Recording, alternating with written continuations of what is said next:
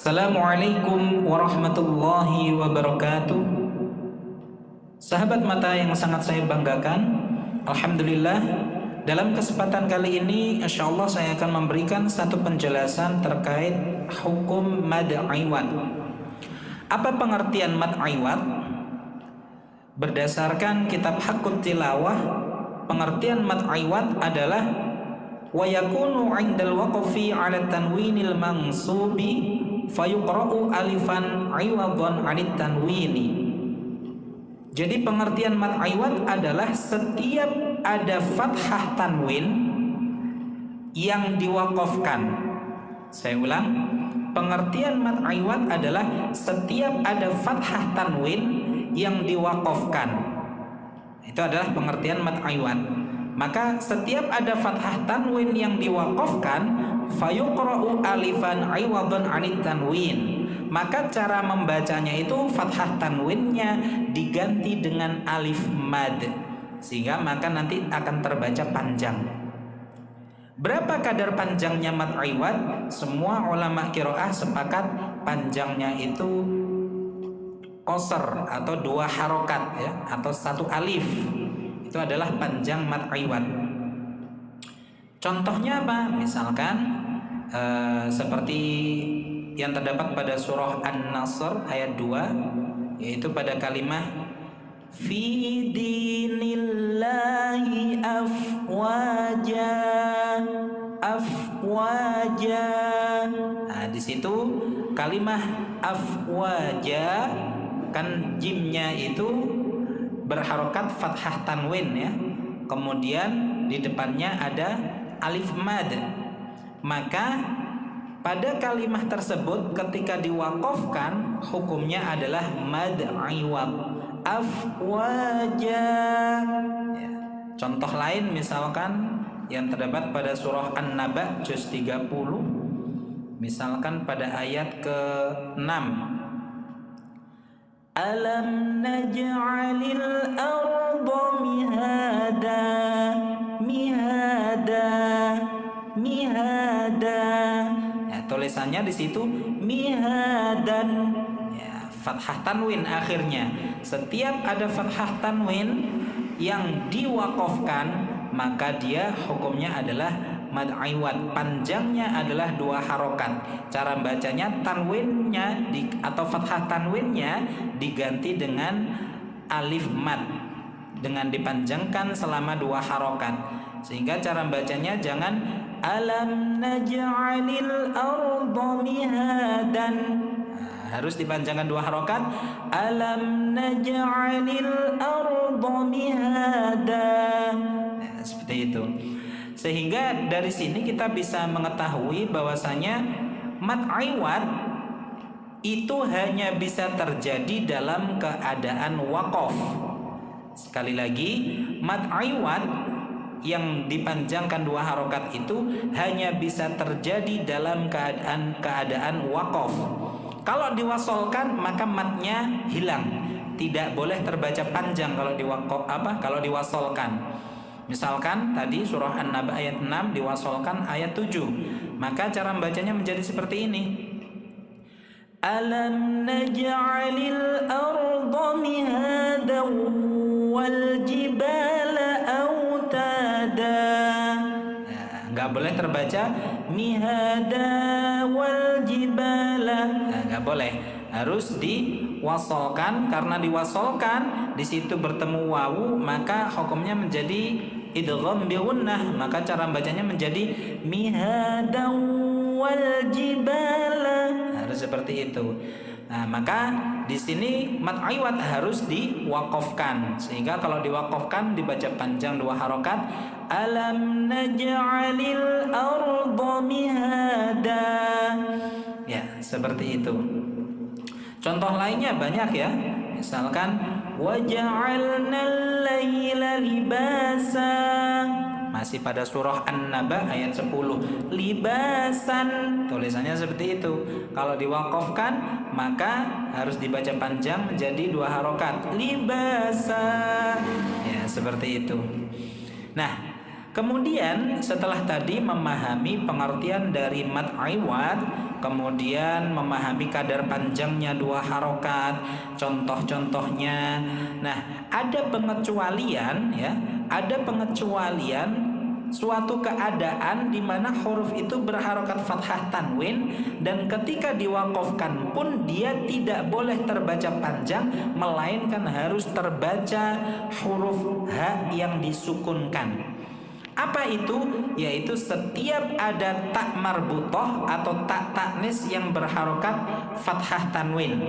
Nah, maka ketika ada tak marbutoh meskipun diwakafkan dan dia berharokat fathah tanwin, maka dia tidak bisa dihukumi mad iwad dan tidak bisa dibaca panjang, melainkan cara bacanya harus dibaca menjadi H yang disukunkan. Contoh misalkan pada kalimat syajaratan, syajaratan, nah itu akhirnya adalah tak marbutoh yang berharokat fathah tanwin. Nah, ketika diwakafkan cara bacanya bukan syajarata, akan tetapi tak marbutohnya itu dirubah menjadi H yang disukunkan sehingga cara bacanya menjadi syajarah, syajarah. Harus seperti itu. Contoh yang lainnya misalkan jannatan, ya, jannatan. Nah, kalau diwakafkan maka tannya tak marbutohnya harus dirubah menjadi hak sukun menjadi jannah, jannah. Nah, itu pengecualian dari mad iwad. Nah, kemudian ada satu contoh juga yang ini perlu dijadikan catatan penting juga agar tidak salah ketika membaca, yaitu setiap hamzah yang berharokat fathah tanwin dan diwakafkan, dimana kalau di mushaf standar Indonesia itu contoh pada hamzah yang fathah tanwin itu tidak ada tulisan alif matnya, sehingga kalau tidak mengerti akan terbaca sukun atau bahkan terbaca pendek, terbaca fathah tanwinnya. Misalkan contoh pada kalimat was-samaa'a binaan. Nah, ini kalau diwakafkan jangan dibaca binaan atau disukunkan juga jangan, bina, jangan ya. Maka caranya bagaimana? Cara bacanya sebagaimana cara baca mad iwad, karena itu hukumnya juga mad iwad ya. Karena pengecualian mad iwad itu hanya satu tadi itu, setiap ada tak marbutoh yang berharokat fathah tanwin meskipun diwakafkan maka dia tidak bisa disebut sebagai mad iwad karena cara bacanya harus dirubah menjadi hak sukun. Nah, selain itu maka meskipun hamzah yang berharokat fathah tanwin kalau di mushaf standar Indonesia nggak ada tulisan alif matnya, maka itu tetap harus dihukumi mad iwad sehingga panjangnya harus terbaca panjang dua harokat, sehingga cara bacanya menjadi was-samaa'a binaa. Jangan sampai bacanya pendek seperti ini, karena banyak juga yang membaca seperti ini, was-samaa'a binaa. Nah, ini nggak tepat ya, harus panjangkan dua harokat, binaa, gitu ya, dua harokat. Juga jangan sampai kelebihan ya, panjangnya lebih dari dua harokat, maka hukumnya bisa makruh. Jangan binaa. Nah, ini nggak tepat, cukup dua harokat saja. Was-samaa'a binaa. Ya, seperti itu. Itu adalah contoh-contoh daripada mad iwad. Nah, kemudian ada penjelasan lain yang saya ambilkan dari kitab Nihayatul Qaulil Mufid fi Ilmi Tajwid halaman 148, di mana pengertian mad iwad dan juga contohnya ini jauh berbeda dengan apa yang tadi di awal saya jelaskan. Di mana pengertian mad iwad menurut kitab Nihayatul Qaulil Mufid fi Ilmi Tajwid, pengertian mad iwad adalah wa huwa fi kulli ha'in kinayatin qablaha fi'lun majzumun akhiruhu ya'un hulifat li ajlil jazim. Nah, jadi pengertian mad iwad menurut kitab Nihayatul Qaulil Mufid fi Ilmi Tajwid adalah setiap hak kinayah atau hak dhamir, ya, setiap hak dhamir yang sebelumnya fiil yang dijazmkan yang akhirnya berupa huruf ya yang dibuang karena jazm. Nah, jadi ini adalah pengertian mad iwad menurut kitab Nihayatul Qaulil Mufid fi Ilmi Tajwid. Jadi sekali lagi pengertian mad iwad menurut kitab Nihayatul Qaulil Mufid fi Ilmi Tajwid itu adalah setiap hak dhamir yang sebelumnya huruf ya sukun yang dijazmkan akan tetapi ya sukunnya dibuang. Dibuang ini karena kemasukan amil jazm. Nah, ini adalah pengertian mad iwad menurut kitab Nihayatul Qaulil Mufid fi Ilmi Tajwid. Contohnya misalkan pada kalimah nuwallihi, nuwallihi. Nah, kalimat hi atau huruf ha dhamir hi yang panjang 2 harokat ini menurut kitab Nihayatul Qaulil Mufid fi Ilmi Tajwid ini hukumnya adalah mad iwad, bukan mad silah qasirah.